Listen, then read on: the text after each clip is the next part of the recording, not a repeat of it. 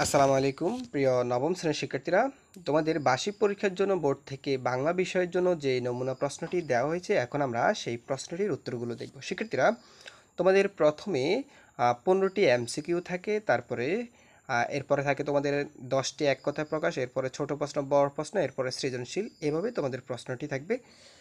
এখানে দেখো, প্রথমে আমি তোমাদেরকে এখান থেকে প্রশ্নটি পড়বো আর ডান পাশে উত্তরগুলো দেখিয়ে দিব। 1 নম্বর সম্মুখ স্বরধ্বনি কোনটি? এটার উত্তর হচ্ছে রস্বই। 2 নম্বর, কোনটি লেখ্য প্রমিতের উদাহরণ? এটা হচ্ছে ক অসুবিধা। 3, কোনটি কথ্য প্রমিত? এটা হচ্ছে ক লাখো। এরপরে দেখো 4 নম্বর থেকে দেখি, সাধুরীতি পদ প্রমিত রীতির তুলনায় দীর্ঘতর হয় নিচের কোন শব্দ শ্রেণীর ক্ষেত্রে? এটার উত্তর হচ্ছে ঘ অনুসর্গ। 5, কোনটি বালকের উদাহরণ? এটার উত্তর হচ্ছে তুমিও পারবে। 6, সোম শব্দের প্রতিশব্দ কোনটি? সোম শব্দের প্রতিশব্দ হচ্ছে চাঁদ। শিক্ষার্থীরা, এরপর আমরা 7 থেকে দেখি। 7 নম্বর বলা হয়েছে অর্বাচীন শব্দের প্রতিশব্দ কোনটি? ক এটার উত্তর হচ্ছে নতুন। তরিত শব্দের বিপরীত শব্দ কোনটি? 8 নম্বর, এটার উত্তর হচ্ছে স্লথ। এরপরে দেখো 9 নম্বরে কি বলা হয়েছে, এখানে তিলোত্তমা, তিলোত্তমা, এরপরে দন্তাস তিল যোগ উত্তমা। তো এখানে অভিধানে তৃতীয় বন্ধনীর মাঝে, এরপর অংশটুকু আমরা একটু দেখি, মাঝের অংশটিকে কি বলা হয়? মাঝের অংশটিকে বলা হয় শব্দের গঠন। শিক্ষার্থীরা, এরপরে দেখো 10 নম্বরে কি বলা হয়েছে। 10 নম্বরে বলা হয়েছে অভিধানের বর্ণনা ক্রম অনুযায়ী নিচের কোন গুচ্ছটি সঠিক?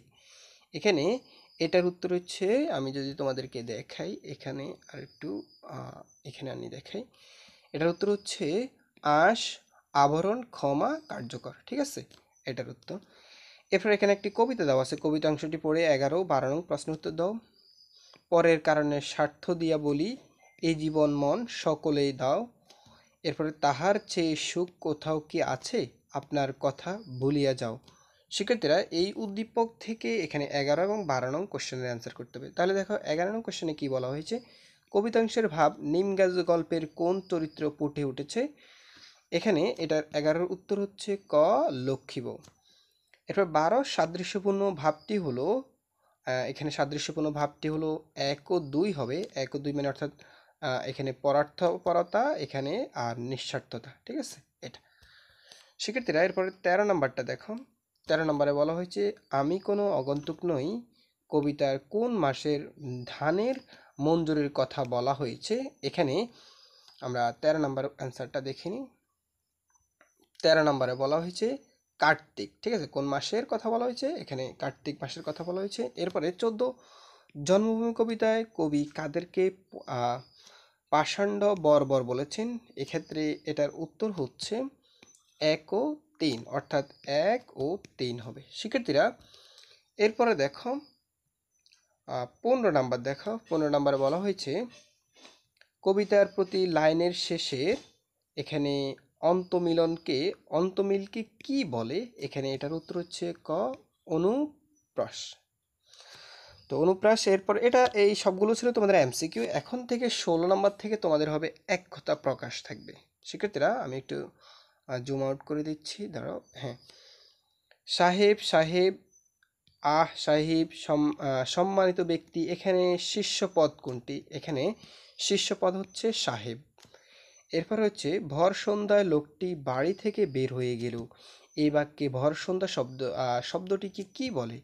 বিদেয় সম্প্রসারক। এরপরে মেট্রোতে ওঠার জন্য আমরা 2 নম্বর প্ল্যাটফর্মে দাঁড়ালাম, এই বাক্যে 2 নম্বর প্ল্যাটফর্ম কোন ধরনের বাক্য? এটা হচ্ছে ক্রিয়া বিশেষ্য। এরপরে দেখো 19 দরিদ্র শব্দটির সঠিক উচ্চারণ কোনটি? এখানে দরিদ্র। এরপরে দেখো বিচিত্র শব্দের বিশেষ্যবাচক রূপ কি হবে? বৈচিত্র্য। শিক্ষার্থীরা, এরপরে দেখো 20 নাম্বার থেকে দেখব আমরা।